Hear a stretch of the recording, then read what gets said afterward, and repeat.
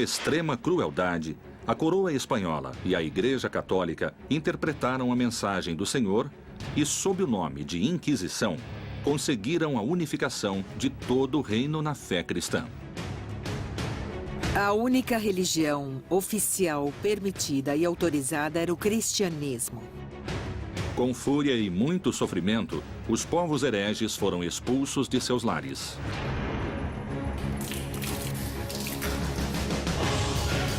Anos mais tarde, os métodos impiedosos para a evangelização cruzariam o oceano em direção ao Novo Mundo.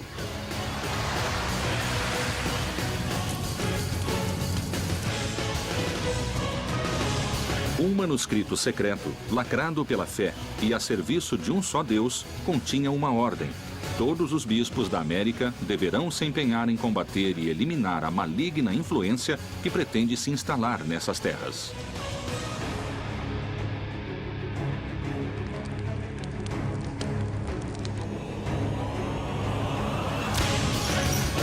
Os métodos e caminhos que forem empregados para levar a cabo essa missão apostólica não envolverão pecado. A Inquisição acabou gerando uma pedagogia do medo. A máquina de repressão religiosa e política mais temível da história chegou à América para acabar com a heresia. E como se agia? Com fogo, tortura ou queimá-los em público? Esses objetivos foram alcançados à força, com sangue e tortura? Colombo e o descobrimento da América foram a verdadeira origem da Inquisição no Novo Mundo? Terá a Inquisição inspirado séculos mais tarde o nazismo? A evangelização pela palavra, como manto de seda, encobriu a expansão e o enriquecimento da coroa espanhola.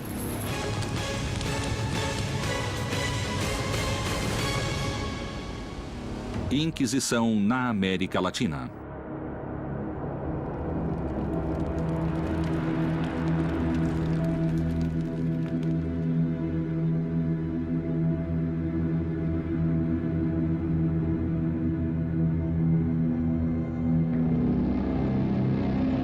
Anos antes do descobrimento da América, o Reino de Castela nomeou Frei Tomás de Torquemada como Inquisidor Geral. Ele foi, sem dúvida, o homem-chave da Inquisição espanhola.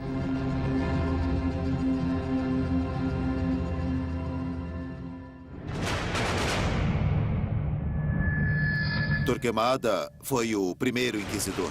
Um homem que não tinha limites, um homem que não tinha nenhum tipo de problemas em queimar qualquer pessoa para poder impor suas ideias.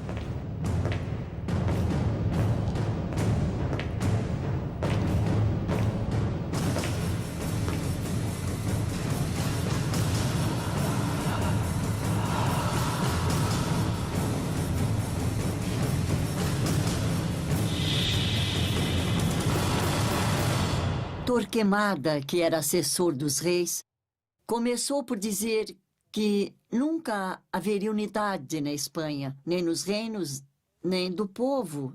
E por quê? Porque tinha de haver uma só religião.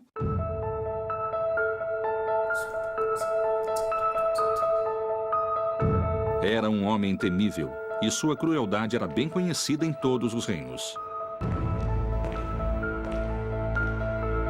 Era conhecido como o Martelo dos Hereges, porque em alguns livros ou folhetos da época ele estava assim denominado. E ele era implacável com aqueles que cometessem heresias.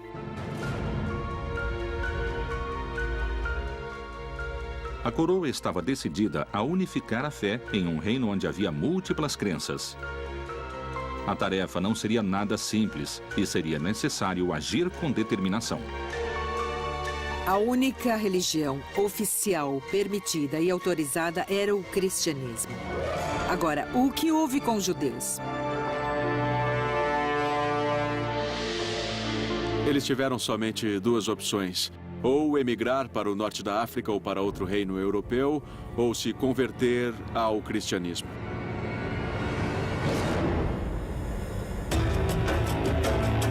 Por mais de 1000 anos, muçulmanos e judeus tinham sido fiéis às suas religiões.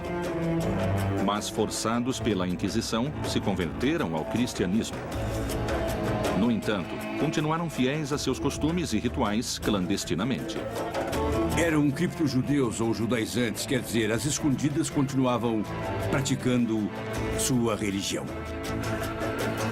Quem não se convertesse ao cristianismo seria expulso, teria de sair do reino. Foi o que aconteceu.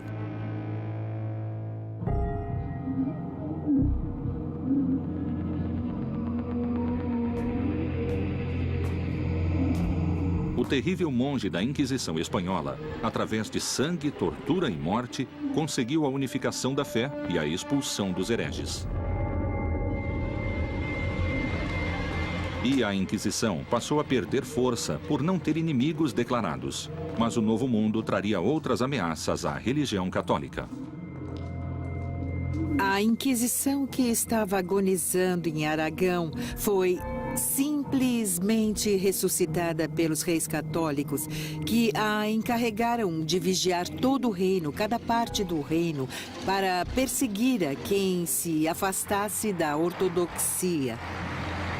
A obsessão de Torquemada pelo cristianismo navegaria intermináveis milhas marítimas em direção do novo continente, que finalmente receberia a cruz.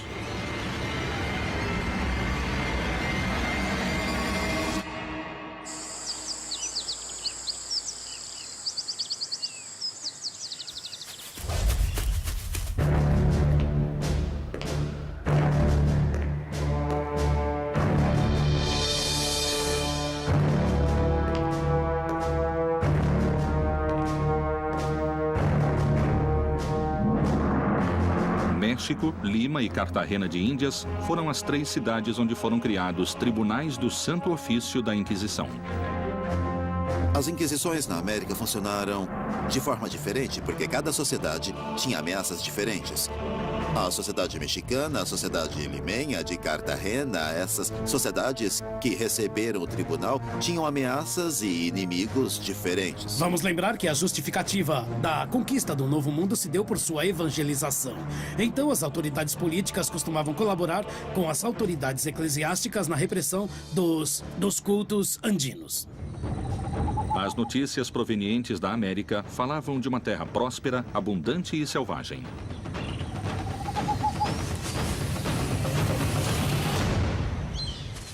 Eles ficaram surpresos pela quantidade de divindades que tinham ou de idolatrias, e isso os motivou a pensar que era necessário iniciar uma evangelização partindo concretamente do zero. Os reis católicos ouviam histórias de nativos vivendo fora dos costumes cristãos e com cultos pagãos. Os nativos penduram peças de ouro em suas orelhas e seu nariz, e o que levam no pescoço fica se agitando e tinindo. Com os talos de uma cana de dureza inquebrantável, fazem suas flechas, mas não usam peitorais de couro. Esse parágrafo é como uma primeira foto da América. Índios pagãos com flechas que a Espanha devia evangelizar.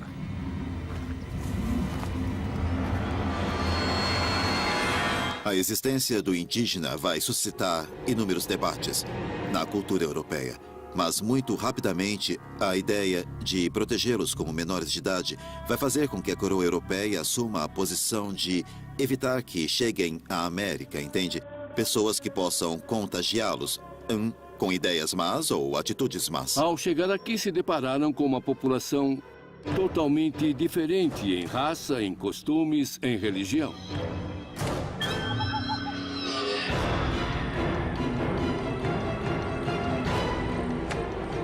Quando encontravam rituais humanos com sacrifícios humanos, isso justificava de alguma forma a conquista do ponto de vista do cristianismo.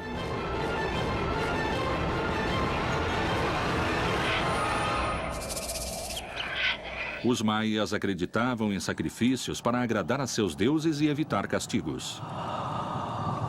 O ritual variava conforme a época do ano e era acompanhado de danças entre os maias. Como no México Antigo, sempre existiu a dança ligada ao culto e ao ritual religioso. para que faziam seus rituais para ter alimento. E por isso ofereciam aos deuses sacrifícios de humanos, e isso não será extirpado pela Inquisição, nem pela nova cultura que vem do Ocidente. Esses rituais aterrorizavam conquistadores e religiosos.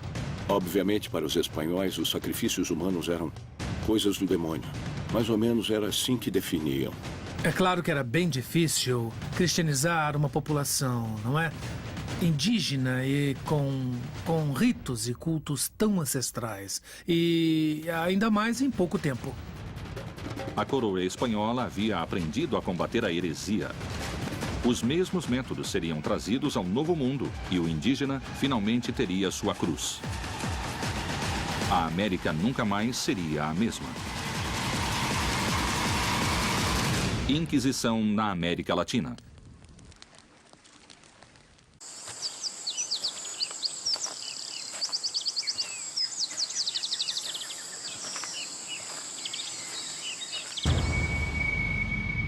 As notícias desse mundo pagão haviam chegado à Espanha e era necessário agir. Os religiosos deveriam inquirir a população indígena, investigar suas crenças e substituí-las. Foram 3 inquisições. A primeira era a monástica, a segunda a episcopal e a Inquisição do Santo Ofício, que começa em 1571 e termina em 1821 com a independência.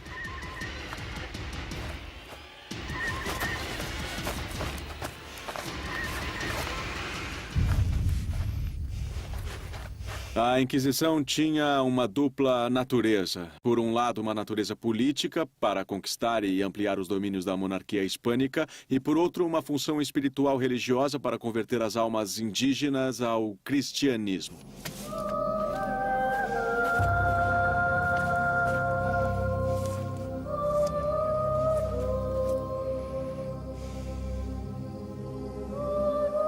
Começava a missão de purificar a alma do indígena, que, para a surpresa da Europa, habitava essas terras. A Inquisição Episcopal começou com o primeiro arcebispo do México, Frei Juan de Zumárraga, e aí podemos falar no que foi uma verdadeira inquisição para índios. Ele chegou sem ser bispo. Seria nomeado posteriormente o bispo da cidade e, como bispo, ele teve de zelar para que tudo fosse feito com muito cuidado.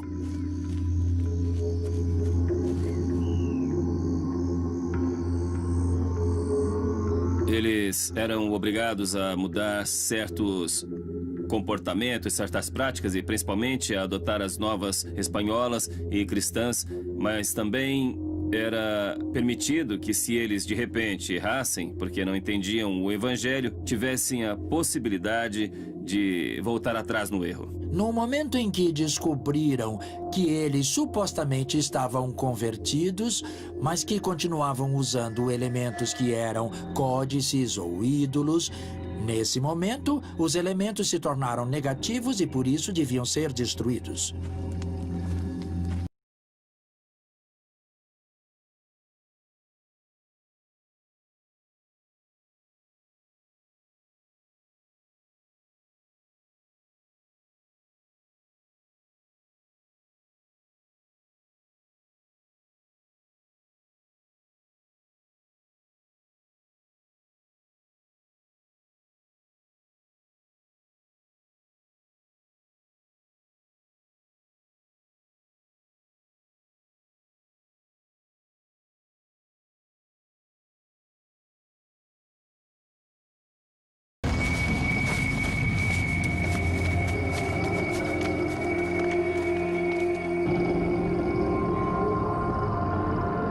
Sob o ponto de vista indígena, a conquista foi muito dramática, porque para os índios a conquista significou uma mudança radical em sua forma de vida, em sua forma de conceber o mundo, uma forma diferente de ver a realidade.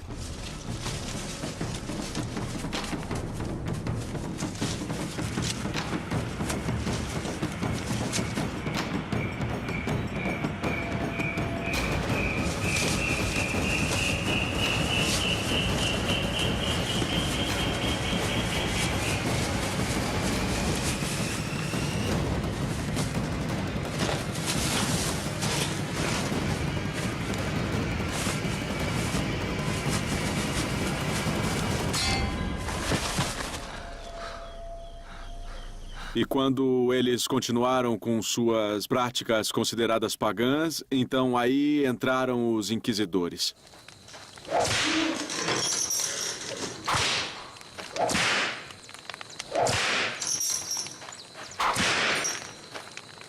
Devia-se destruir uma grande quantidade de coisas que naquele momento eram consideradas como inimigas da fé.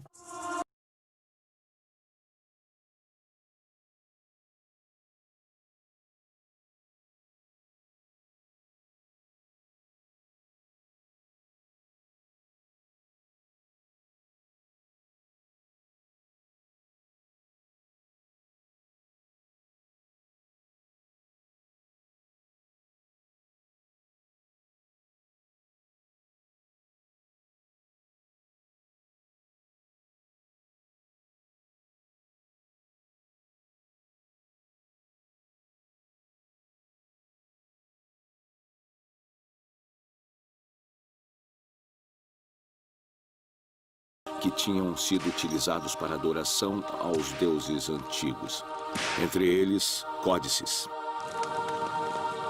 Os princípios da Inquisição na América foram caracterizados por uma extrema brutalidade para com o habitante primitivo da terra. Finalmente, a coroa espanhola havia conseguido seu objetivo e cravado uma cruz no coração da América.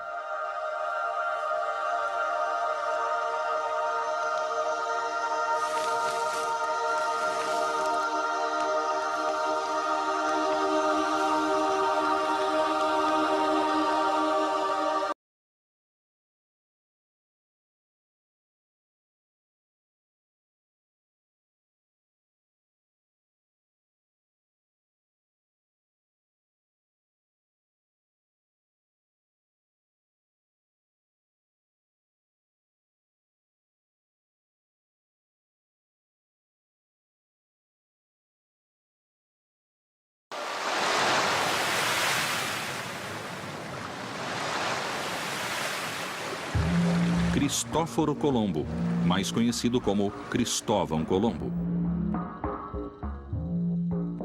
Alguns historiadores suspeitam que Cristóvão Colombo teve muito a ver com a vinda de judeus à América, escapando da Inquisição espanhola.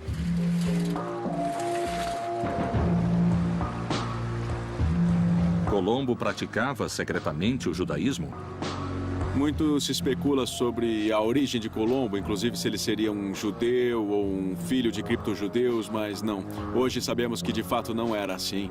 Não só por ele, como por seu diário de navegação, onde ele faz um sem número de alusões e menções a Deus, a Virgem e a Trindade, buscando amparo na própria divindade para proteger sua empreitada. As origens de Colombo são muito questionadas. E, com certeza, os hispanistas mais cruéis negam qualquer possível origem judaica. Há muitas versões sobre quem foi Cristóvão Colombo. Entre os historiadores, cada um considera que ele nasceu em uma cidade, que ele era de pais diferentes. Pessoalmente, creio que Colombo era filho de criptojudeus. Os tribunais do Santo Ofício da Inquisição haviam avançado com força, aplicando todo o seu poder sobre os indígenas, sua cultura e sua religião. Mas um velho inimigo se instalava na América e ganhava forças: o judaísmo. Teria Cristóvão Colombo ajudado o povo judeu a escapar da Inquisição espanhola? No ano de 1492, já não tinha mais judeus na Espanha. Ou estavam convertidos ou tinham sido expulsos. Quer dizer que no momento em que Colombo empreende sua viagem, estava resolvida a questão dos judeus, foram embora ou se converteram. Em 3 de agosto de 1492, Cristóvão Colombo zarpou do Porto de Palos. Toda a sua tripulação esperava, já embarcada.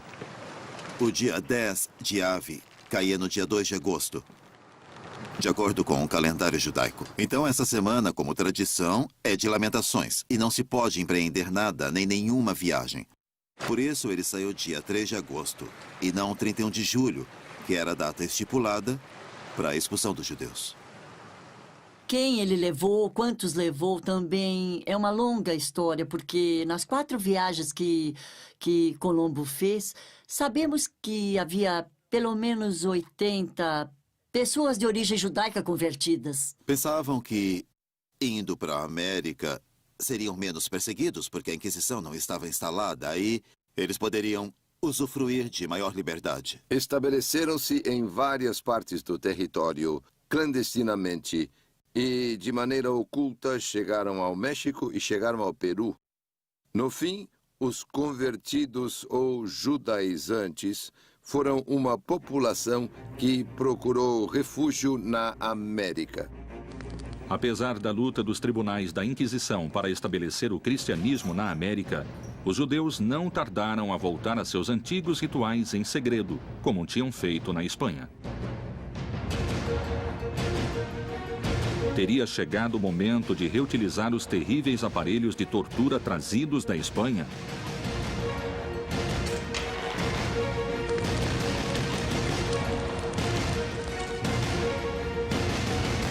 Inquisição na América Latina.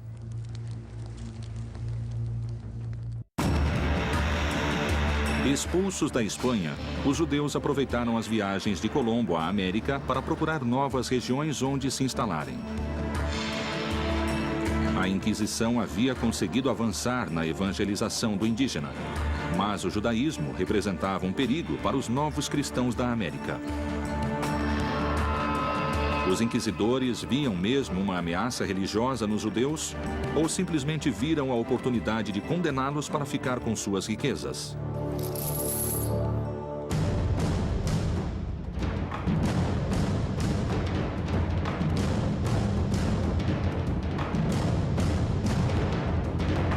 Em 1569 e 1570 foram fundados 2 tribunais de Inquisição na América, o do México e o de Lima. Para impedir a contaminação da nova e frágil fé dos índios.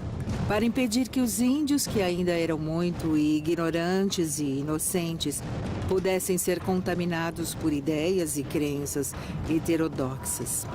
Neles foi depositada a confiança de preservar a população americana da influência nefasta, como se achava, da heresia judaica que havia tomado tanta importância no curso do século XVI.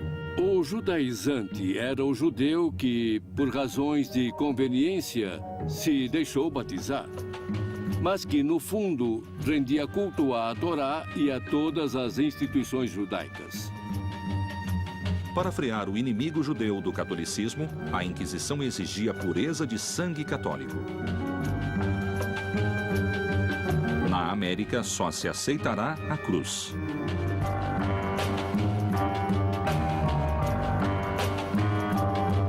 Para vir para a América, era necessário provar que havia pureza de sangue.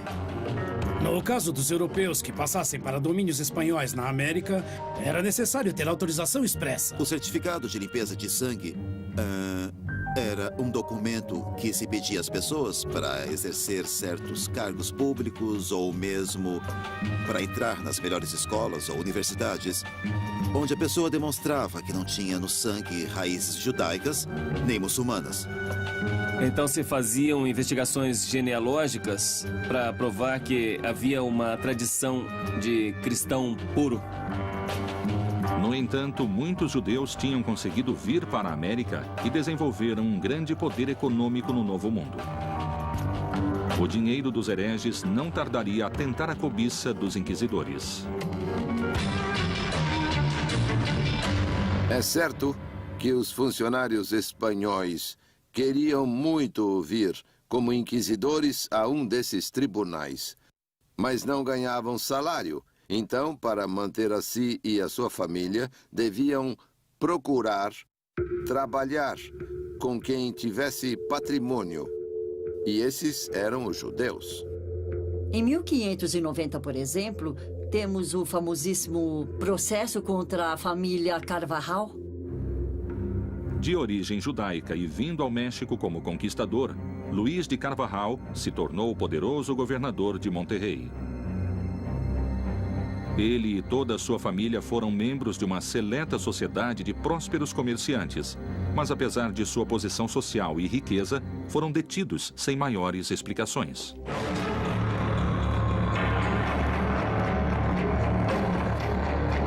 Luís de Carvajal, o Velho, governador de Nova Leão, foi implicado na medida em que era o patriarca, o chefe de uma família na qual a maioria dos membros era judaizante. Quando uma pessoa era detida, não sabia por que era detida. Era levada a uma cela, onde era mantida por várias semanas.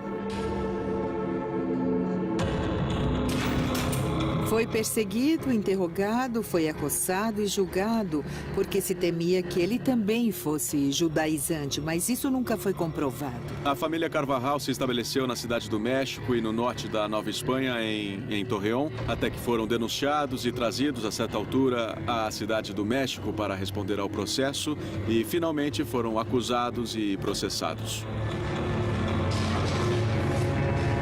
Luís de Carvajal, além de ser governador de Monterrey, foi um próspero comerciante.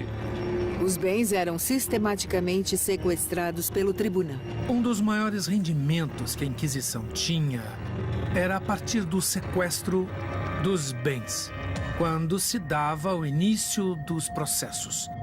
Pois bem, quando uma pessoa era denunciada e a Inquisição tinha por bem começar um processo independente de a sentença considerar a pessoa culpada ou inocente, etc., procedia-se imediatamente ao sequestro dos bens da pessoa.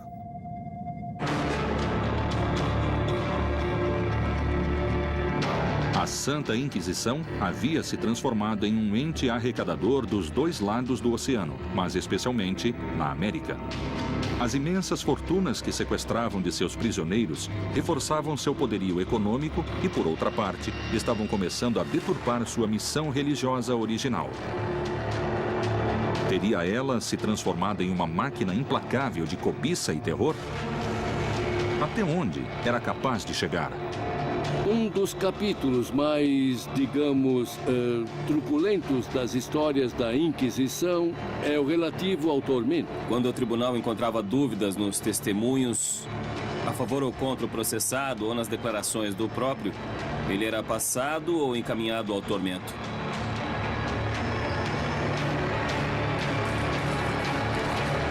Eram feitos vários interrogatórios, eram colhidas várias declarações nas quais se podia recorrer à tortura.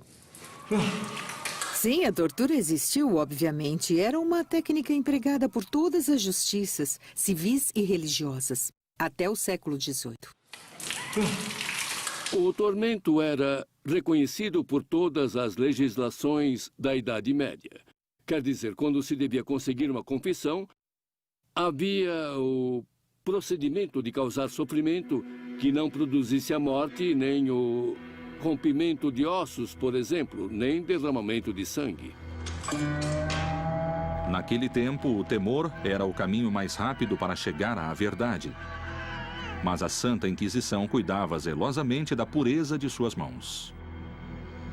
Os inquisidores sabiam que não podiam manchar as mãos com sangue humano, porque isso era um pecado, e não podiam pecar dando a morte a uma pessoa ou causar derramamento de sangue. Era o carrasco que torturava, um profissional da justiça civil. A Inquisição não tinha carrascos especiais, e ele era pago. Devia se pagar. O carrasco da justiça civil era um profissional, não um psicopata. Muitas vezes, se torturava com a intenção de obter a verdade. Era sob coação que uma pessoa tinha de declarar um delito pelo qual estava sendo julgado ou sentenciado durante a Inquisição. Muitas vezes, os artesãos da época produziam obras de arte macabra e competiam entre eles.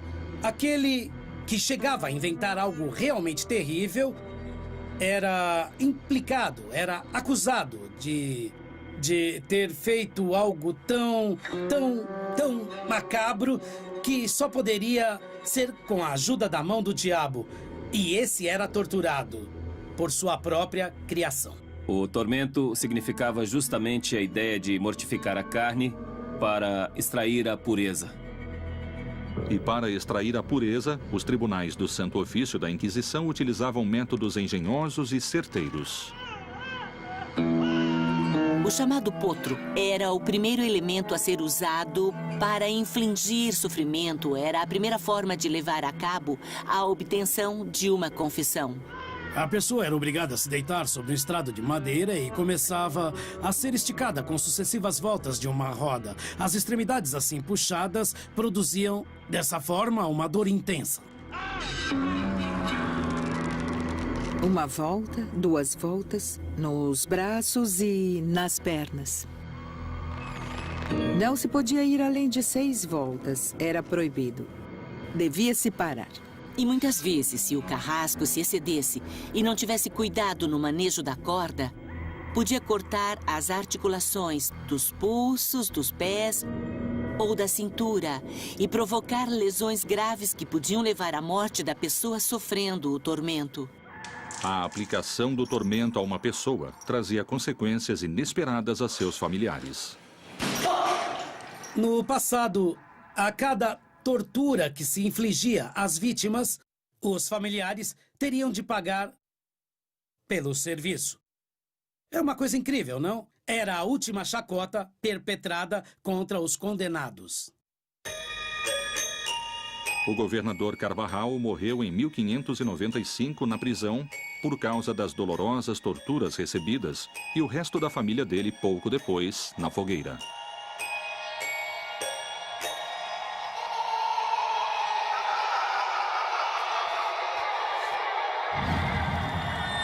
O Santo Ofício havia acabado com a família judaizante mais poderosa do México. Mas a luta só estava começando.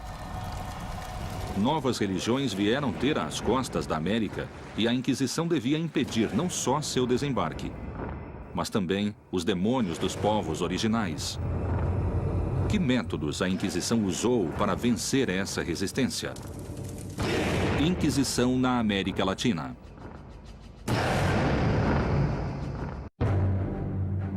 Enquanto no México a Inquisição se ocupava de impedir o judaísmo, outras religiões chegaram à costa do Peru pelo Oceano Pacífico.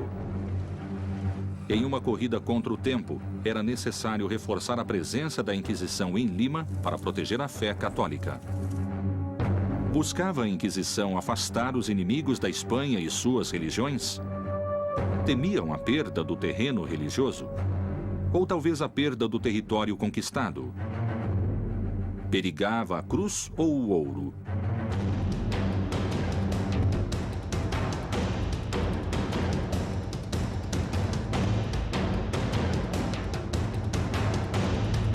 A Inquisição chegou a Lima em 1569, com o vice-rei Francisco de Toledo.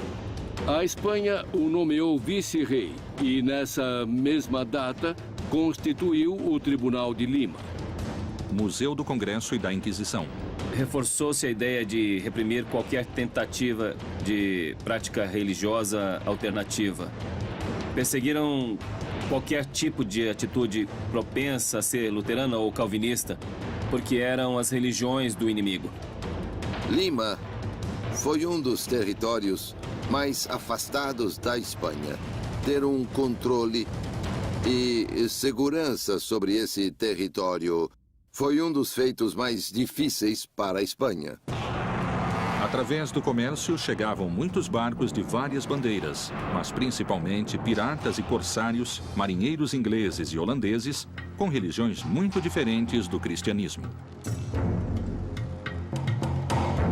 Na época, o protestantismo estava ligado à pirataria, que assolava os domínios espanhóis, tanto na América quanto na costa do Pacífico e do Atlântico, e como também em, como se diz, mar aberto. E a Inquisição mostrou sua completa energia e disposição para impedir que ele entrasse em território americano Claramente havia uma relação duríssima com a Inquisição nos castigos que eram dados a esses estrangeiros residentes. O Tribunal da Inquisição de Lima, consciente do perigo, decidiu agir e castigar duramente luteranos e protestantes. Conhecendo muito bem os mecanismos e como funcionava o Tribunal de Justiça, imediatamente renunciaram à sua fé e viraram católicos. Então, tecnicamente falando, a Inquisição não poderia sentenciar a penas capitais ou outras penas maiores pessoas que tinham se convertido à fé. O fogo sempre foi um fator importante em todas as religiões, desde que o homem é homem. O fogo é o que queima, que purifica, que faz o pecado desaparecer. No período que vai de 1570 a 1600, houve uma sequência de 46 processos dirigidos a estrangeiros. A grande maioria deles com acusações de luteranismo. O primeiro processado foi um francês chamado Mateus Salado. Salado é a forma castelhana do que devia ser Salade, mas o nome que aparece é Mateus Salado.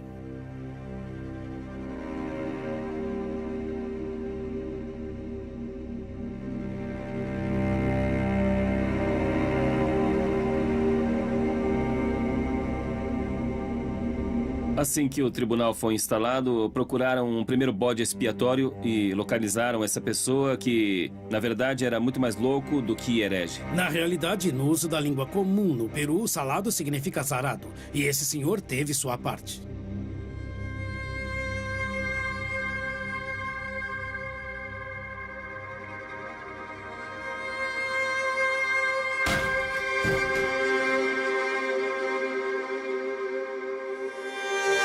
Era uma pessoa, um humilde marinheiro ou ex-marinheiro, com escassa formação em questões de teologia, e foi bastante fácil, não é?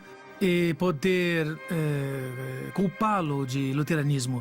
E efetivamente começaram a engendrar o suposto espírito de herege de Mateus Salado.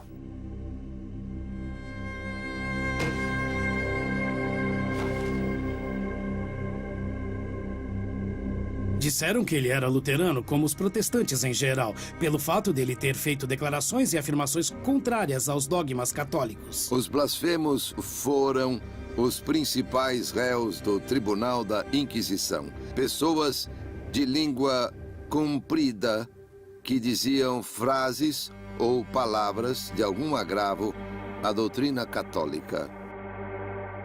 Mas esse senhor era um tanto extravagante porque vivia numa huaca. Nós peruanos chamamos de huaca os antigos oratórios de adobe, geralmente na costa.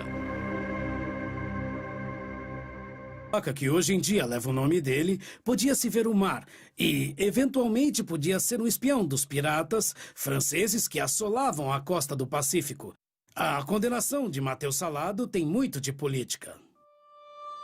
Política ou religiosa, a lenda de Mateus Salado foi a ferramenta necessária para atemorizar e represar a propagação de outras ideias perigosas para o reinado espanhol. De alguma maneira, se vê que o caso de Mateus Salado é um tema paradigmático para servir de exemplo à população sobre as pessoas que ousaram questionar a ordem estabelecida, a ordem do Estado e da Igreja nesse momento. Ele foi processado e convidado a se retratar, mas como de maneira nenhuma se retratou, foi enquadrado na acusação de perseverar na heresia e foi condenado à morte. Ele foi executado no primeiro auto de fé celebrado pela Inquisição de Lima em 1573.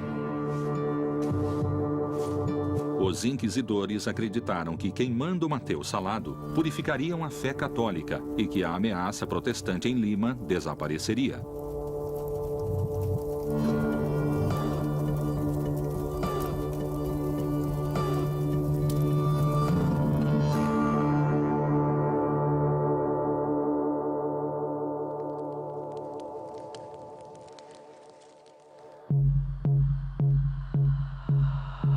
A Santa Inquisição havia agido com dureza no México sobre os indígenas e judeus, e em Lima sobre os protestantes. Mas as ameaças tinham terminado? Ou a verdadeira luta estava começando? As extensões territoriais da América no vice-reinado eram muito grandes. Então, os tribunais de Lima e do México não bastavam e foi necessário criar um terceiro âmbito. Resolveram criar um local entre os outros dois que abarcaria principalmente toda a zona do Caribe. Para tanto, a sede da Inquisição de Cartagena teria jurisdição sobre o Panamá, Cuba, Venezuela e outros países próximos.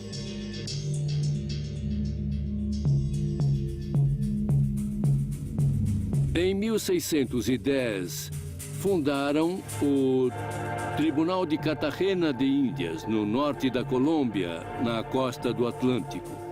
Cartagena vai se converter na porta de entrada da população escrava destinada às minas de Antioquia. Cartagena era o principal porto negreiro da América, e aí o Santo Ofício tinha uma tarefa difícil. Escravos africanos, piratas e comerciantes europeus traziam crenças e costumes muito perigosos para o catolicismo.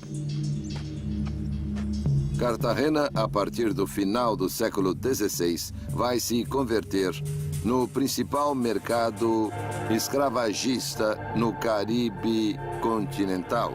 Já a população africana, de diversas origens, vinha de áreas entre o Senegal e Angola e era muito numerosa. A chegada do africano a Cartagena trouxe novas crenças e costumes que a Inquisição tentaria perseguir.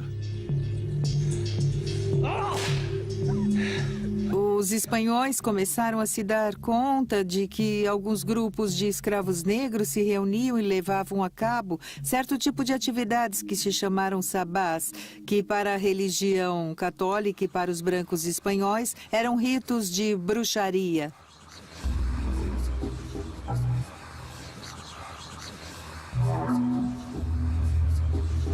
Os inquisidores sabiam muito claramente da persistência dentro das populações africanas já residentes em Cartagena de uma prática muito específica que seria geral a todos esses povos da África Ocidental, que era o culto aos mortos. Mas muito depressa as influências africanas chegariam aos espanhóis residentes em Cartagena. As mulheres espanholas de Cartagena encontraram nas mulheres africanas serviços e rituais mágicos na arte do bem-querer. Então a Inquisição aceitava esses novos conhecimentos ou os combateria com fogo e tortura?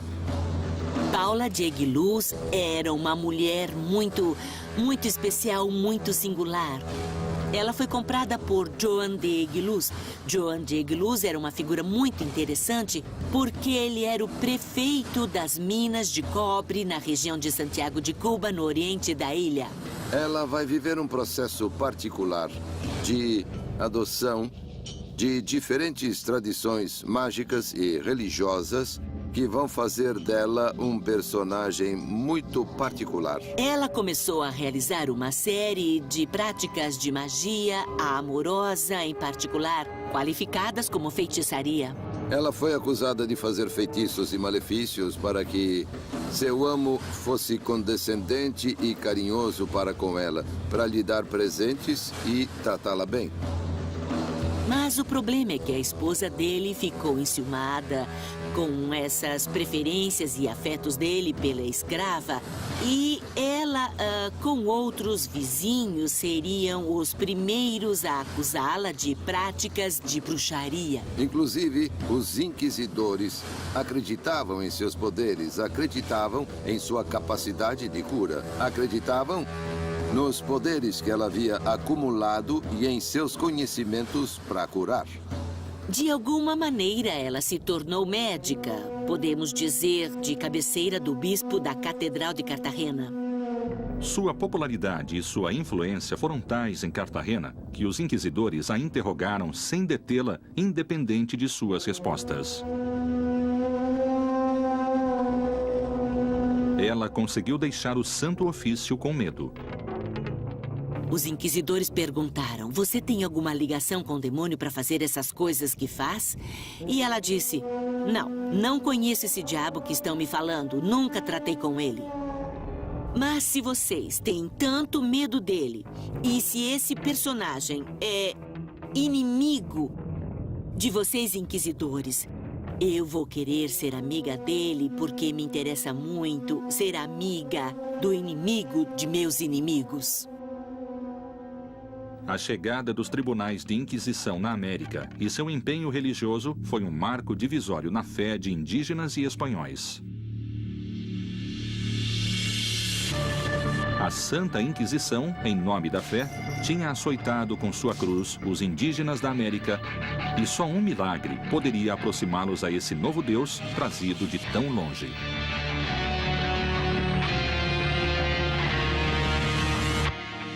Inquisição na América Latina.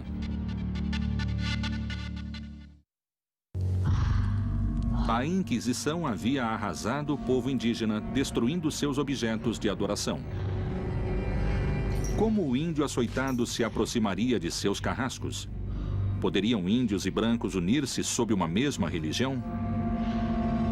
Já tinha terminado a conquista através da guerra e da primeira evangelização. No entanto, muitos indígenas se convertiam, talvez sem muito convencimento, até que em 1531, uma expressão de Deus em forma maternal mudou tudo.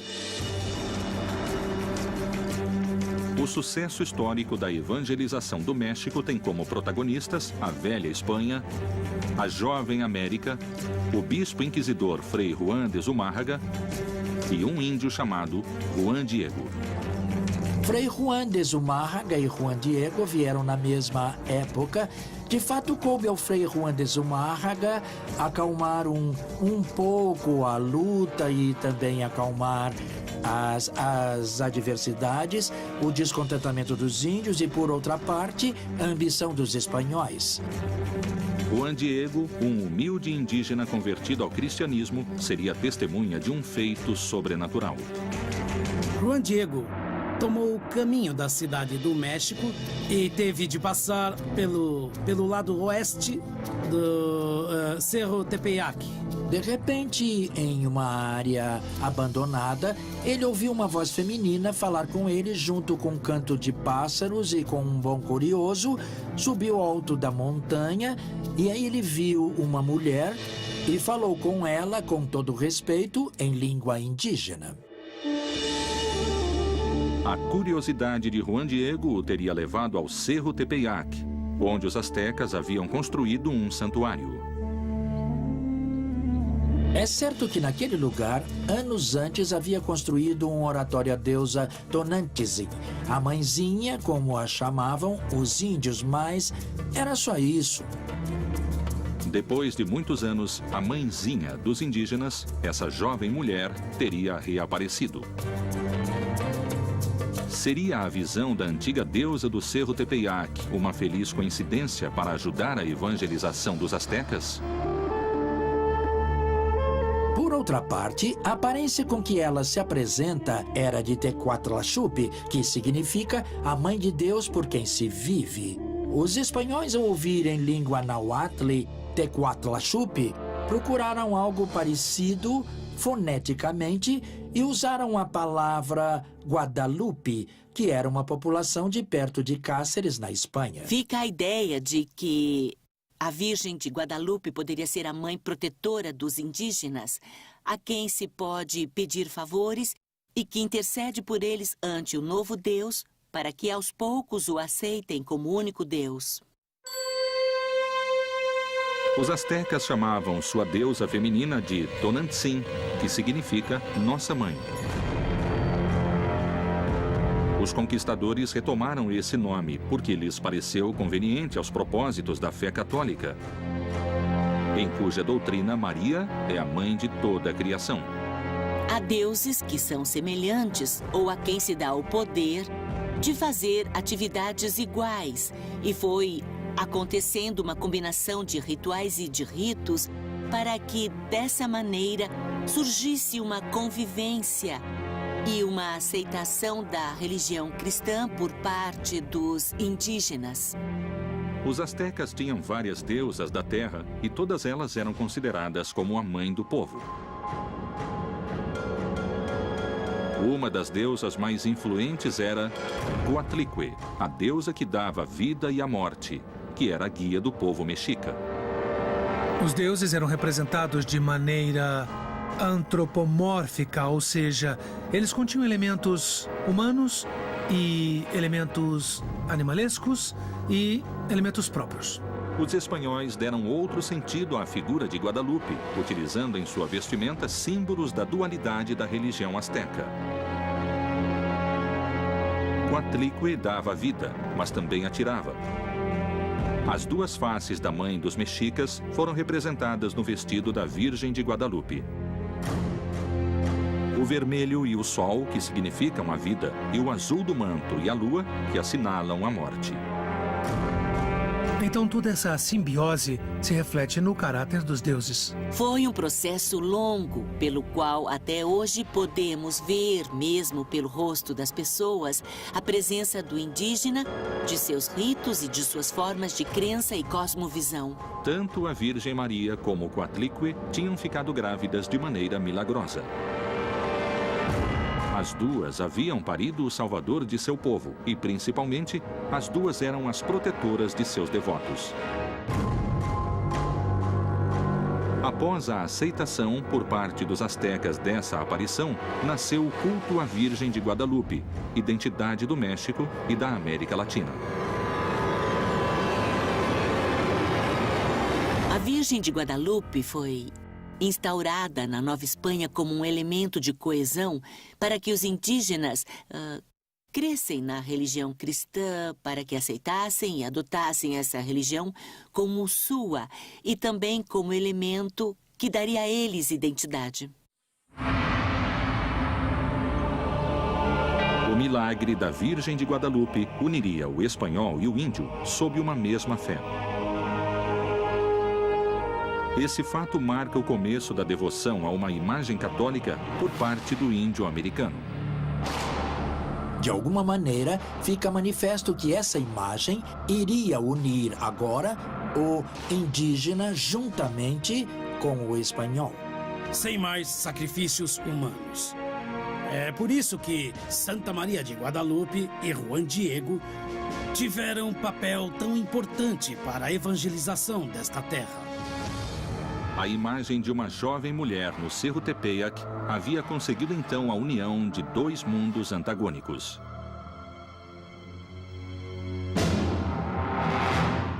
Foi a deusa Tonantzin para Juan Diego e seu povo, ou a Virgem de Guadalupe para Frei Juan de Zumárraga e os espanhóis?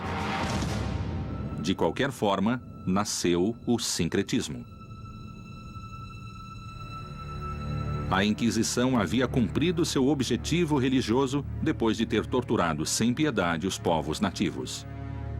Em nome de Deus, a Inquisição se apoderou não só da fé, mas das riquezas de todo aquele que pisava o solo do Novo Mundo.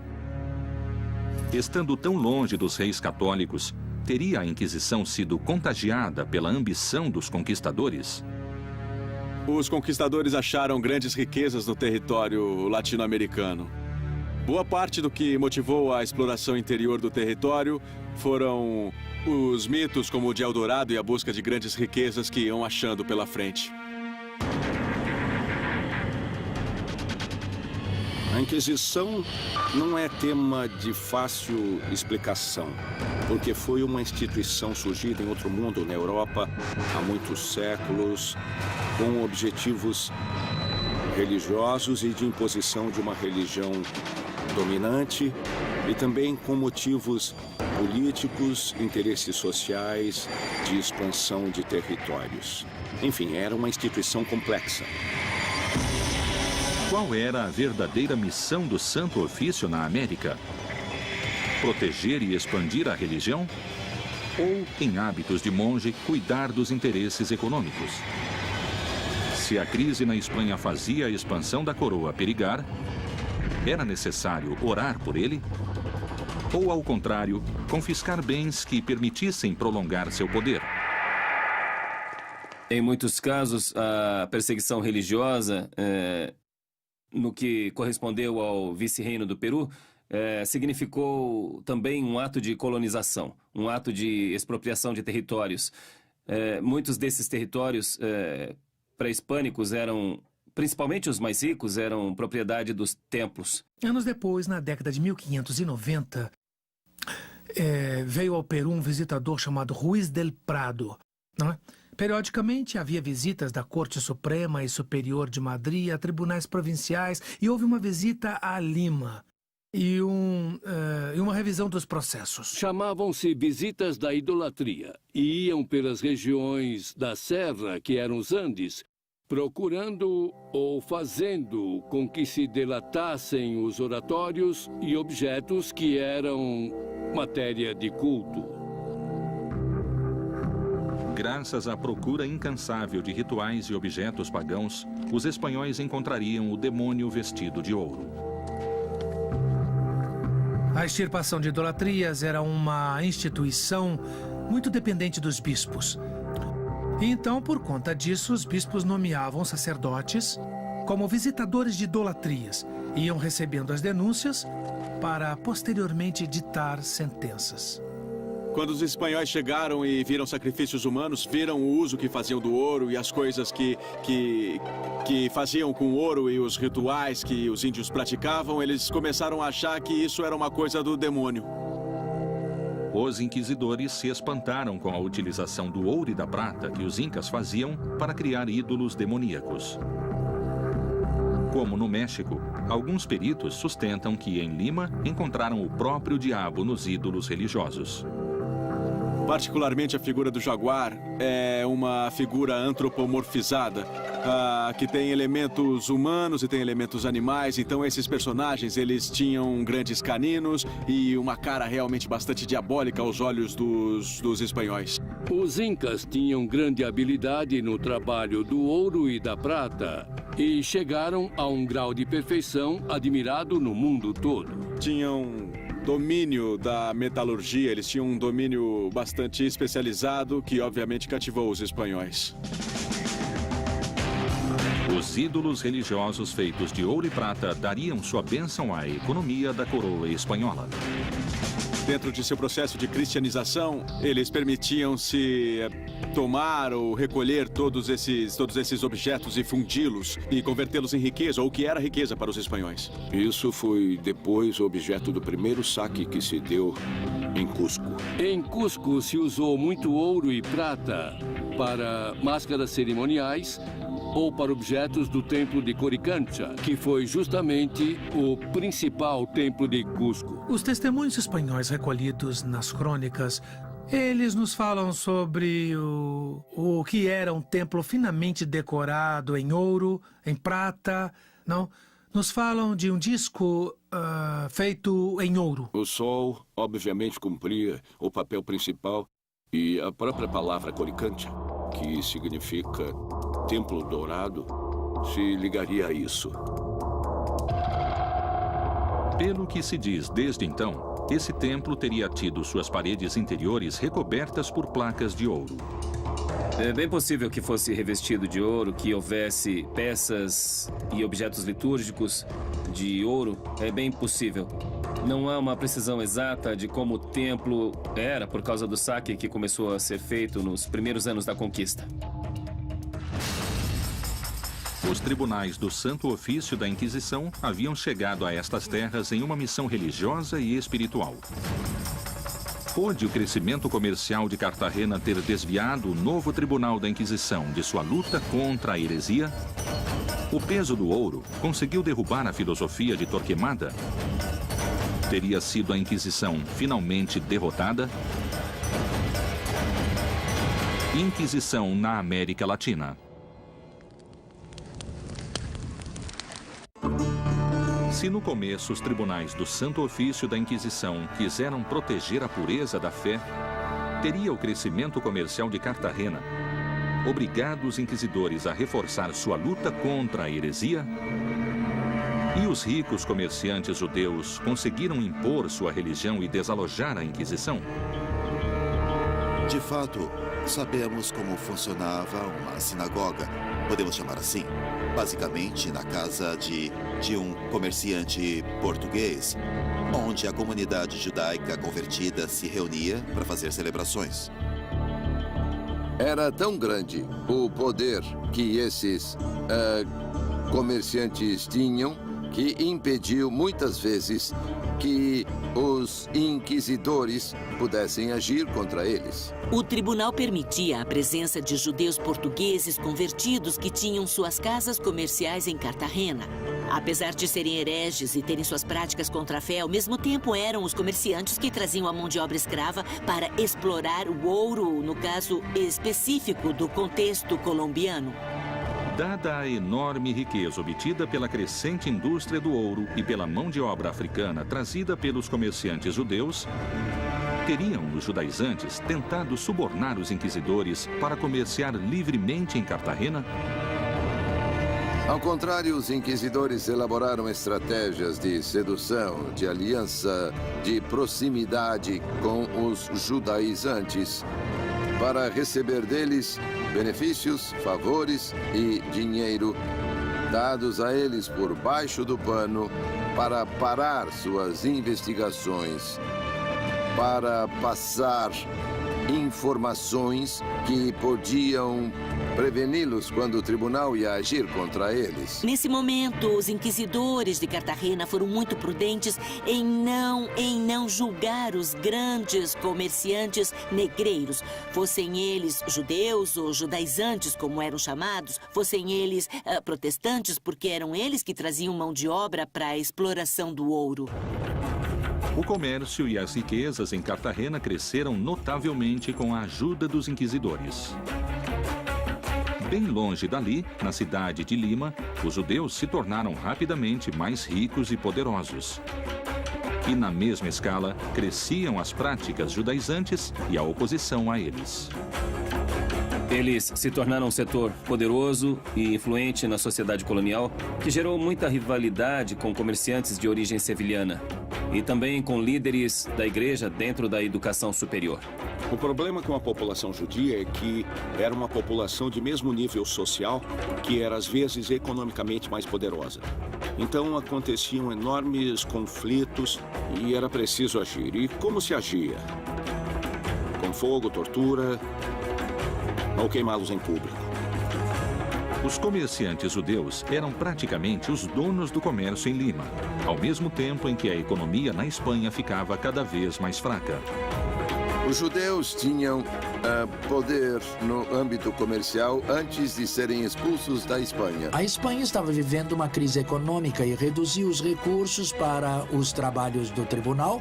E, nesse sentido, os membros do tribunal tinham de pensar em obter dinheiro para continuar seu trabalho. O Santo Ofício começou a vigiar os judeus por seu crescimento. A Inquisição havia detectado um plano secreto. Em Lima, no ano de 1635, houve um processo que se chamou a Grande Cumplicidade. A Grande Cumplicidade foi um processo descoberto pela Igreja Católica, no qual um grupo de portugueses de origem judaica propunha justamente a independência do país, apoiando-se na frota holandesa. E certamente uma conspiração da comunidade judaica para apoderar-se do comércio do vice-reinado do Peru teria consequências políticas nefastas para a Espanha. Do ponto de vista do domínio do vice-reino, com certeza. Para frustrar os planos da Grande Cumplicidade, cerca de 300 pessoas foram detidas e interrogadas pelo Tribunal da Inquisição. Teria acabado a ameaça para o Santo Ofício de Lima? E a Inquisição teria apenas interesse religioso em deter os judaizantes dessa cumplicidade? Ou terá existido uma motivação econômica? Podemos dizer que a Inquisição também tinha outros interesses. E esses interesses, obviamente, eram monetários. Contra comerciantes judeus que tinham patrimônio, foram feitos todo tipo de confisco do capital, do dinheiro, das mercadorias que eles possuíam. Ou seja, foram retidas suas principais fontes de recursos. Mas chegou a haver tal quantidade de processados e detidos que tiveram de aumentar o número de celas da Inquisição. Tiveram de multiplicar, alugar casas vizinhas para poder deter todos os processados e todos os suspeitos de delito de ser judaizante.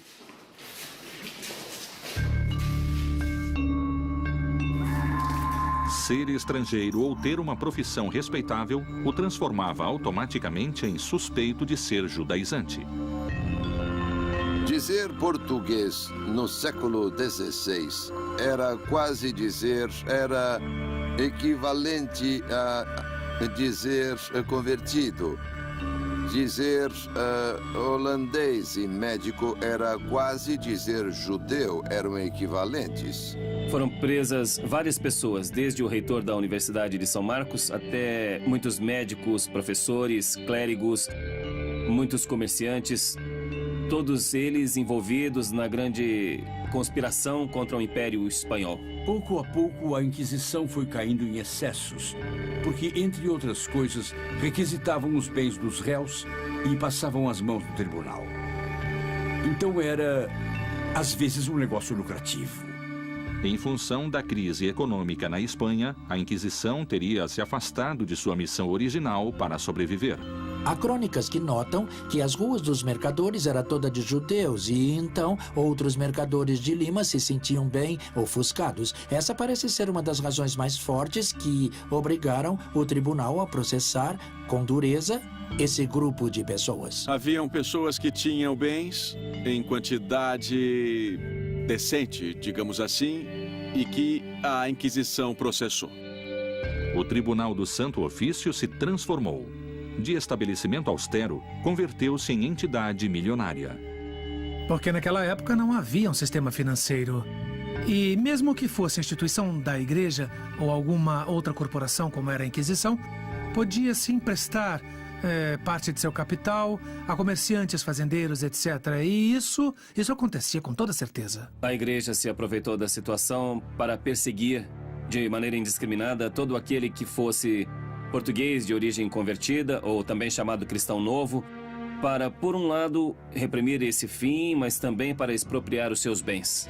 E essas aquisições de bens vão ser tão grandes e vão ser tão bem administradas que vai perdurar o seu funcionamento por todo o tempo. Dali para frente, estamos falando de quase 1,5 séculos depois do processo da Grande Cumplicidade.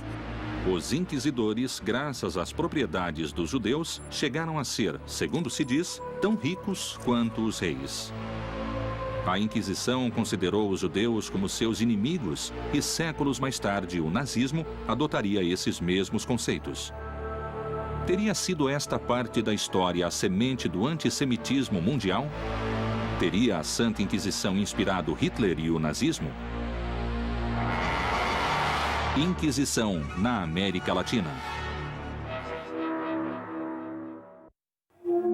O Santo Ofício da Inquisição buscou se expandir em várias regiões da América e assim evitar que o judaísmo se instalasse.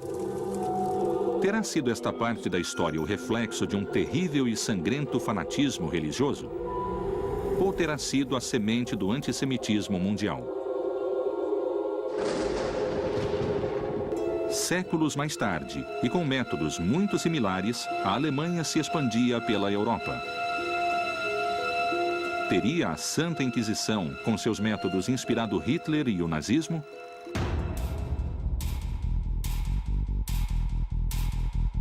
Os judeus representaram um inimigo tanto para a fé católica quanto para a economia da monarquia. Não só foi um perigo pela introdução e pela difusão da religião hebraica, como também pelo poder econômico que concentrava. 500 anos mais tarde, Hitler retomou essas ideias e todo o nazismo, porque não podemos pensar em Hitler sozinho. Nunca houve um senhor que convenceu os demais a fazerem as coisas. Sempre há uma cabeça. Ao longo da história, começam a aparecer notáveis coincidências entre o nazismo e a Inquisição. O nazismo perseguiu os judeus e outros dissidentes por sua raça. Ou seja, a Espanha queria um povo de sangue puro, castiço e cristão puro. E os nazistas também queriam uma Alemanha de sangue puro, sem mistura. Entre a Inquisição, o nazismo e todos os movimentos que reivindicaram a pureza de sangue, As diferenças não são grandes. O que os iguala, quer dizer, o que há em comum entre eles é o tema racial. A tese contra os judeus. Tanto a Inquisição quanto o nazismo trataram de neutralizar o perigo, isolando seus prisioneiros.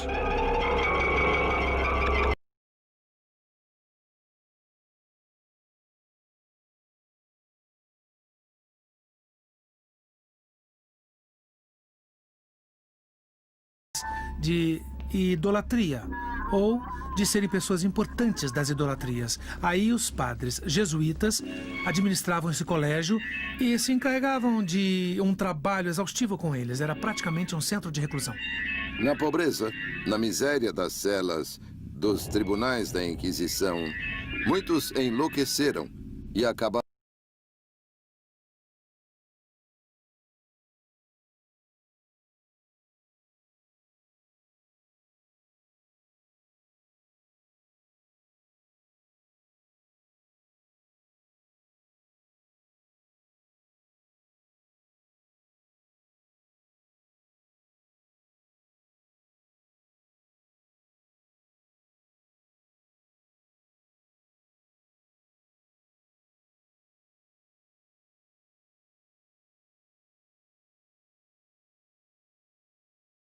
Jovens desocupados se uniram às tropas de assalto nazista, que tomavam as ruas, agrediam e denunciavam os oponentes do regime. A Inquisição gerou uma pedagogia do medo em todo o mundo hispano-americano. E a delação foi uma dessas armas. Tanto a Santa Inquisição como o nazismo sabiam que o medo lhes traria uma importante quantidade de colaboradores. Durante a época do vice-reino, a Inquisição se serviu de um sistema que se chamou os Familiares do Santo Ofício. Era um sistema muito organizado e muito formal, onde indivíduos de vários grupos sociais apoiavam a Inquisição e traziam declarações, testemunhos ou gravavam acusações. E não era só isso, mas também diziam que para salvar a sua alma, qualquer pessoa devia ir à Inquisição e delatar a si mesma. E mais, todos os inquisidores, todos os comissários, todos os familiares teriam uma recompensa espiritual. Colaborar com a Inquisição garantia recompensas tanto no céu quanto na terra. Se fossem familiares ou tivessem qualquer cargo na Inquisição, não iriam ao purgatório nem ao inferno, mas diretamente para o céu. O benefício dos familiares era que, quando alguém fosse processado, esses senhores se converteriam em donos de todos os bens dos processados. Esse familiar teria direito entre 5% e 25% dos bens daquela pessoa que era considerada culpada. Vamos imaginar a possibilidade de ficar com metade do que o outro tem simplesmente por ir anonimamente e contar a alguém uma coisa que supostamente viu por uma janela no escuro. Era um belo negócio.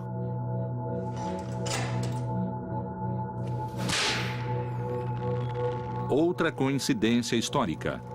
Ambos obrigavam os condenados a usar uma roupa especial. Para humilhar, obrigavam a usar uma túnica, uma espécie de capa com a cruz da Inquisição, e a levar uma vela verde na mão. Os nazistas vestiam os prisioneiros com roupa de listras, como vemos em tantas fotos ou imagens dos campos quando os abriram.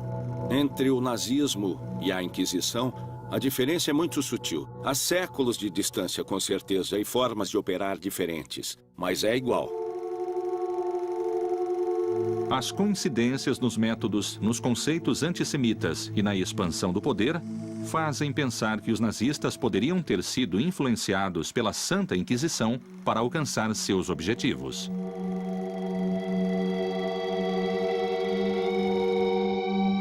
Após sua passagem para a América e a cristianização do indígena, 5 séculos mais tarde a Igreja Católica pediria perdão. Quais foram os ensinamentos e as consequências da Inquisição nestas terras? A Inquisição, com certeza, conta em sua história com grandes injustiças e excessos. É impossível negar. Nos últimos anos, João Paulo II emitiu uma mensagem na qual pedia perdão pelos famosos chamados pecados da Igreja, entre os quais incluía as perseguições pela Inquisição. Após 500 anos do descobrimento da América, a Igreja Católica realizaria o maior exame de consciência de toda a sua história. O Papa reconheceu que houve abusos, reconheceu que houve faltas de compromisso, reconheceu que houve omissões, mas não por parte de todos. No entanto, deve-se reconhecer. E sugeriu a criação de uma comissão para estudar profundamente quais foram esses erros. Quais foram os abusos ou omissões no passado, para que não voltem a acontecer e para que a Igreja possa se sentir também orgulhosa e digna do que é. Não só retificar, mas pedir perdão pelos excessos e equívocos históricos que foram cometidos. O olhar atual da Igreja sobre a Inquisição na América está situado em um passado com valores sociais próprios de outras épocas.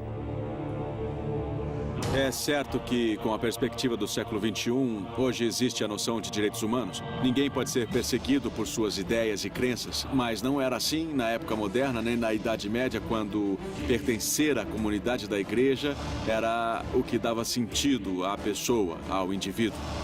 Era parte da realidade a obrigação de permanecer fiel a um credo, que era o credo católico. Deve-se compreender que era outro momento da história. Surpreendentemente, a Santa Inquisição no México era percebida naqueles anos com um significado muito diferente do atual. Nos 3 séculos de vice-reinado, não houve um só levante popular contra a Inquisição. Quer dizer que as pessoas aceitavam que a Inquisição existisse. Era parte da realidade. Mas o conformismo social, calar-se, calar a pessoa, isso sim é muito mexicano, não discordar abertamente, evitar o enfrentamento, preferir ficar quieto, nunca se sabe, assim foi com a Inquisição no México. O povo nunca se rebelou contra a Inquisição, nem na Europa, nem aqui.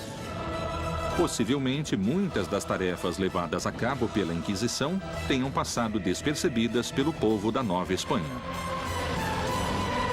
As pessoas, talvez acostumadas ao temor, só se preocupavam pelo que pensariam os outros, não com a própria consciência. Quando se lêem jornais ou fatos de destaque da Nova Espanha, se vê, neste dia foi justiçado um espanhol. Pouco a pouco, a decadência política da Inquisição no Velho Mundo traria mudanças.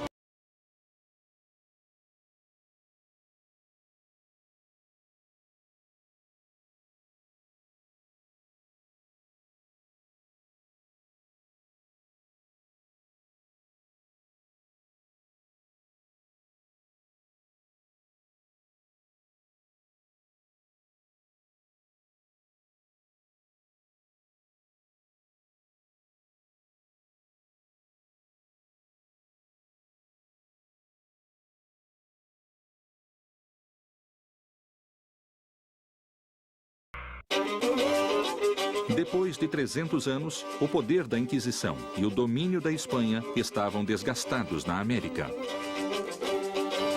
Poderia-se dar por cumprida sua missão nestas terras? Conseguiria a religião católica conviver com outros credos e deuses ancestrais? Todos se perguntavam até quando durariam os tribunais. De fato, a Inquisição decaiu no século XVIII, em presença, em força. E já no século XVIII, ela se dedica a perseguir publicações, a circulação de livros proibidos, palavras dissonantes.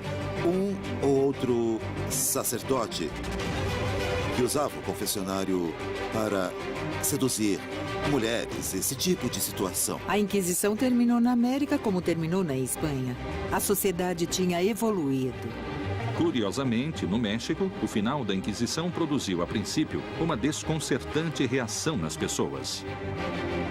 Com a independência, a Inquisição no México desapareceu. Quando a Inquisição desapareceu, aqui houve gente que se preocupou. E agora? O que vai acontecer? E se houver hereges, quem vai se encarregar de persegui-los? Claro, isso era uma minoria. Gente que queria que o tribunal permanecesse apesar dos tempos. A imensa maioria nem sabia de nada, como sempre. Mas uma pequena minoria se inquietou e houve algumas vozes que pediram a instauração de uma Inquisição mexicana. Em contraposição ao México, cuja sociedade era altamente dependente da moral da Inquisição, no Peru, a notícia foi sinônimo de liberação. Posso assinalar que um dos grandes escândalos cometidos pela população foi o roubo de uma grande quantidade de documentos, sabe? Entre eles, os processos judiciais ou os autos de fé.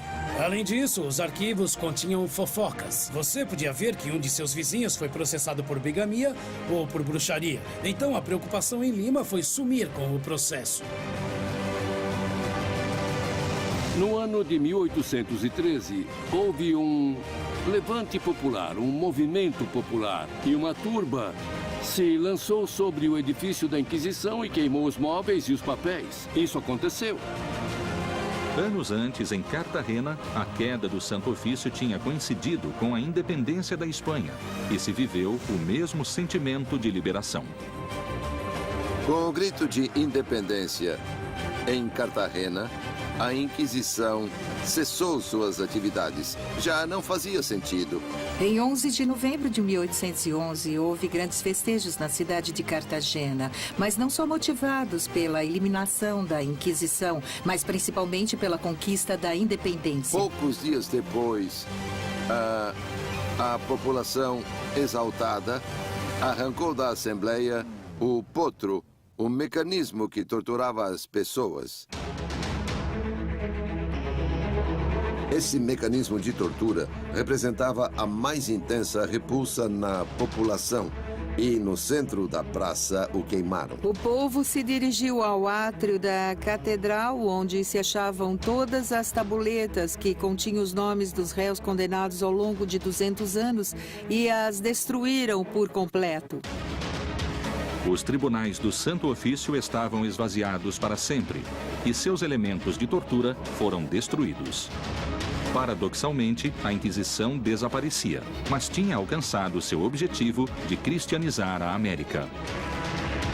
A Inquisição foi talvez a única instituição do vice-reino que cumpriu seus objetivos, que era manter a pureza cristã na América. A aceitação da fé católica foi global em toda a América Hispânica, isso podemos afirmar. O catolicismo se expandia na América. Mas teria a cruz conseguido afastar em definitivo os ídolos pré-colombianos ou eles sobreviveram ao fogo? A América é o território de uma experiência única e singular, que é a formação de uma religiosidade sincrética, mestiça. O habitante primitivo destas terras havia suportado na carne, em nome da cruz, muita crueldade e a destruição de sua cultura. Apesar disso, jamais renunciou a seus deuses e crenças. A resistência dos povos indígenas na América é uma das realizações mais extraordinárias que já se viu na luta para manter sua memória e sua identidade no mundo. A presença da religiosidade andina acabou se fundindo com os cultos católicos e temos atualmente na América uma religião sincrética mais do que uma religião católica. As várias religiões, a católica, também elementos hebraicos, judeus, mas também as religiões africanas e as religiões pré-hispânicas tradicionais se fundiram de modo excepcional no âmbito popular.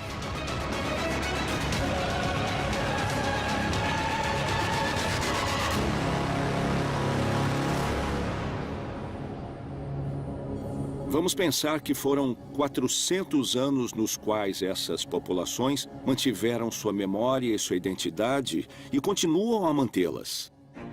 Na atualidade, os cultos pré-colombianos continuam surpreendentemente intactos e fiéis a seus costumes.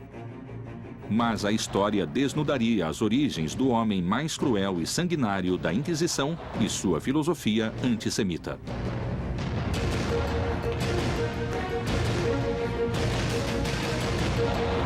Torquemada foi o primeiro inquisidor.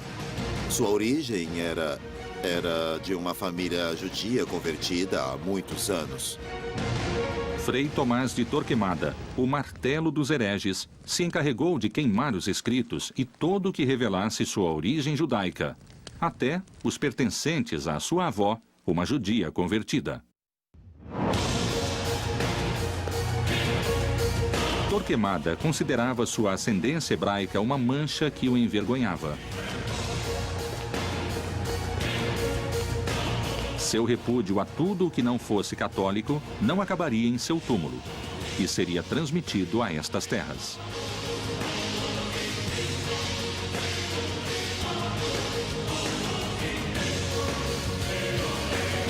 O temor que esse legado despertava levou os inquisidores da América a serem implacáveis.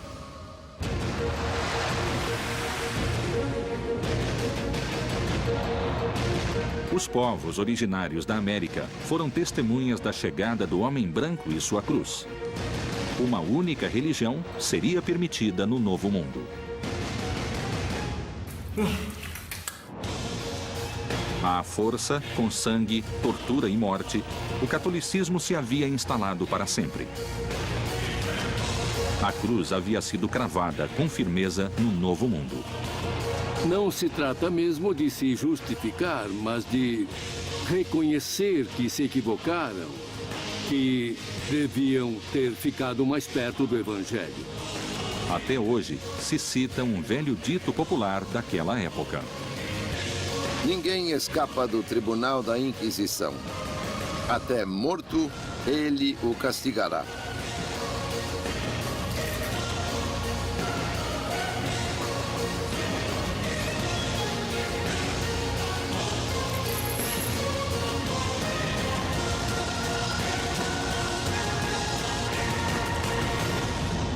Inquisição na América Latina.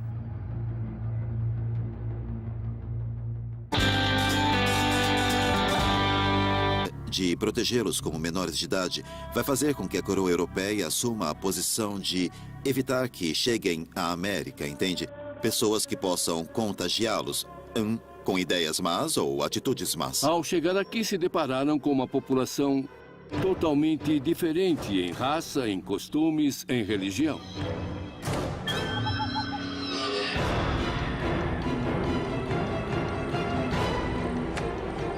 Quando encontravam rituais humanos com sacrifícios humanos, isso justificava de alguma forma a conquista do ponto de vista do cristianismo.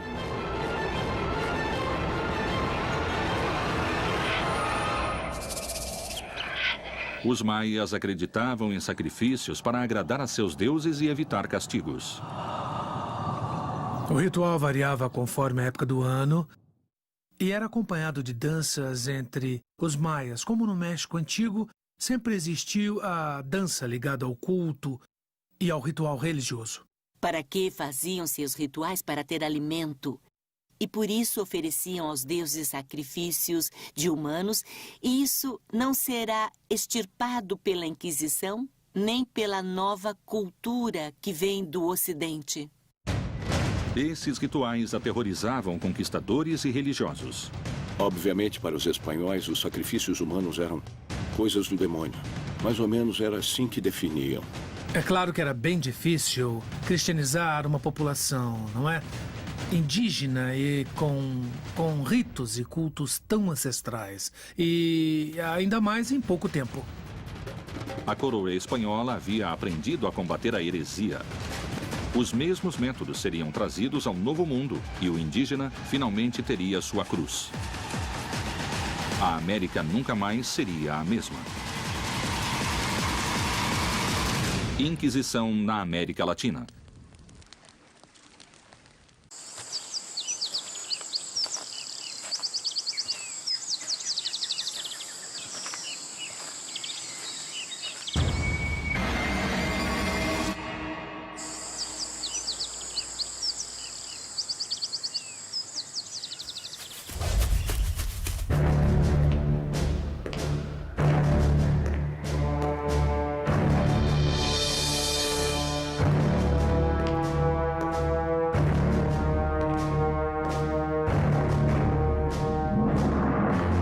México, Lima e Cartagena de Índias foram as 3 cidades onde foram criados tribunais do Santo Ofício da Inquisição.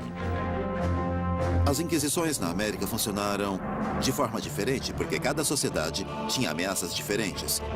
A sociedade mexicana, a sociedade limenha de Cartagena, essas sociedades que receberam o tribunal tinham ameaças e inimigos diferentes. Vamos lembrar que a justificativa da conquista do Novo Mundo se deu por sua evangelização.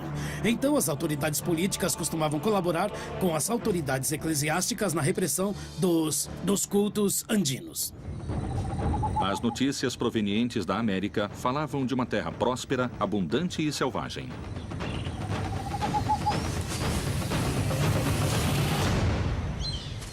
Eles ficaram surpresos pela quantidade de divindades que tinham ou de idolatrias, e isso os motivou a pensar que era necessário iniciar uma evangelização partindo concretamente do zero.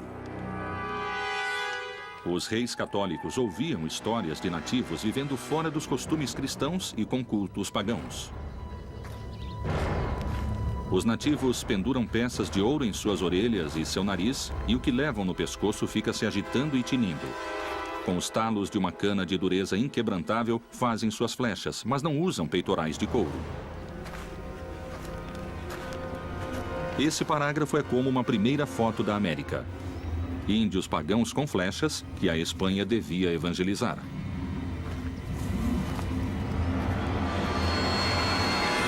A existência do indígena vai suscitar inúmeros debates na cultura europeia, mas muito rapidamente a ideia...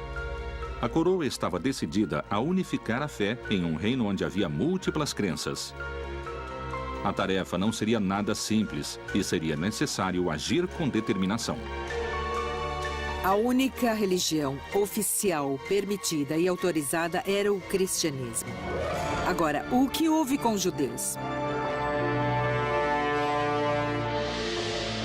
Eles tiveram somente 2 opções. Ou emigrar para o norte da África ou para outro reino europeu, ou se converter ao cristianismo.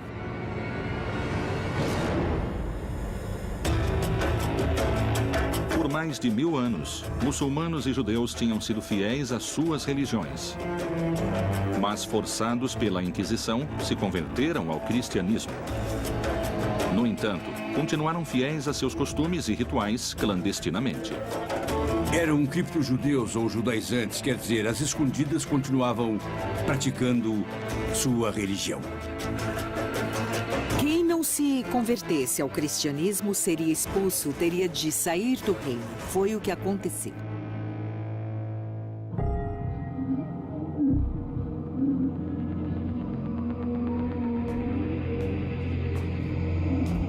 O terrível monge da Inquisição Espanhola, através de sangue, tortura e morte, conseguiu a unificação da fé e a expulsão dos hereges. E a Inquisição passou a perder força por não ter inimigos declarados. Mas o Novo Mundo traria outras ameaças à religião católica. A Inquisição que estava agonizando em Aragão foi simplesmente ressuscitada pelos reis católicos, que a encarregaram de vigiar todo o reino, cada parte do reino, para perseguir a quem se afastasse da ortodoxia. A obsessão de Torquemada pelo cristianismo navegaria intermináveis milhas marítimas em direção do novo continente, que finalmente receberia a cruz.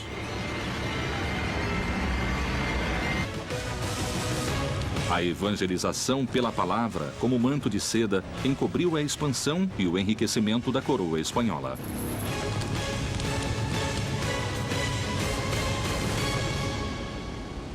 Inquisição na América Latina.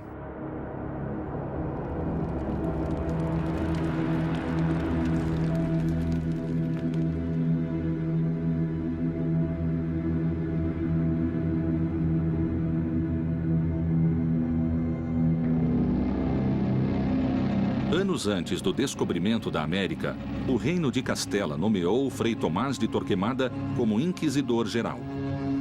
Ele foi, sem dúvida, o homem-chave da Inquisição Espanhola.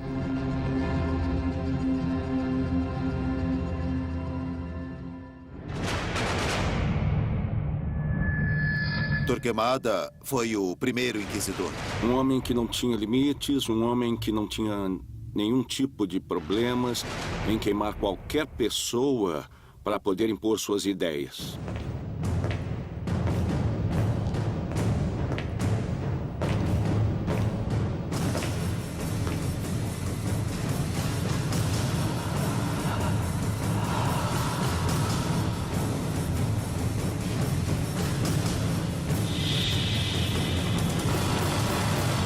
Torquemada, que era assessor dos reis, começou por dizer que nunca haveria unidade na Espanha, nem nos reinos, nem do povo.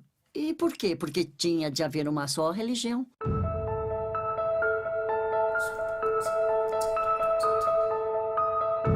Era um homem temível e sua crueldade era bem conhecida em todos os reinos. Era conhecido como o Martelo dos Hereges, porque em alguns livros ou folhetos da época ele estava assim denominado. E ele era implacável com aqueles que cometessem heresias.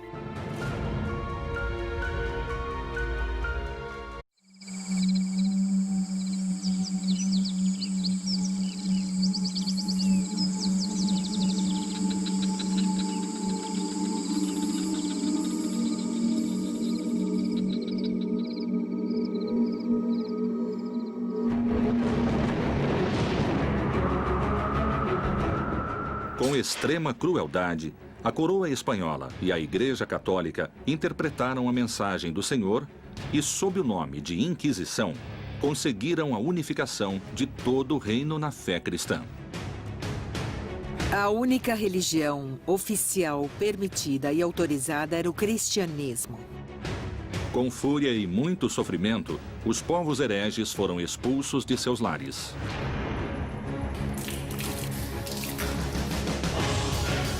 Anos mais tarde, os métodos impiedosos para a evangelização cruzariam o oceano em direção ao Novo Mundo.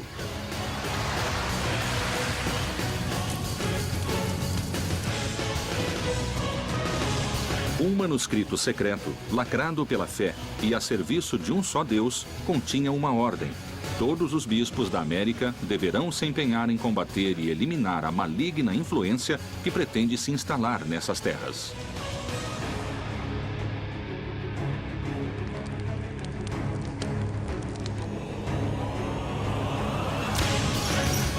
Os métodos e caminhos que forem empregados para levar a cabo essa missão apostólica não envolverão pecado.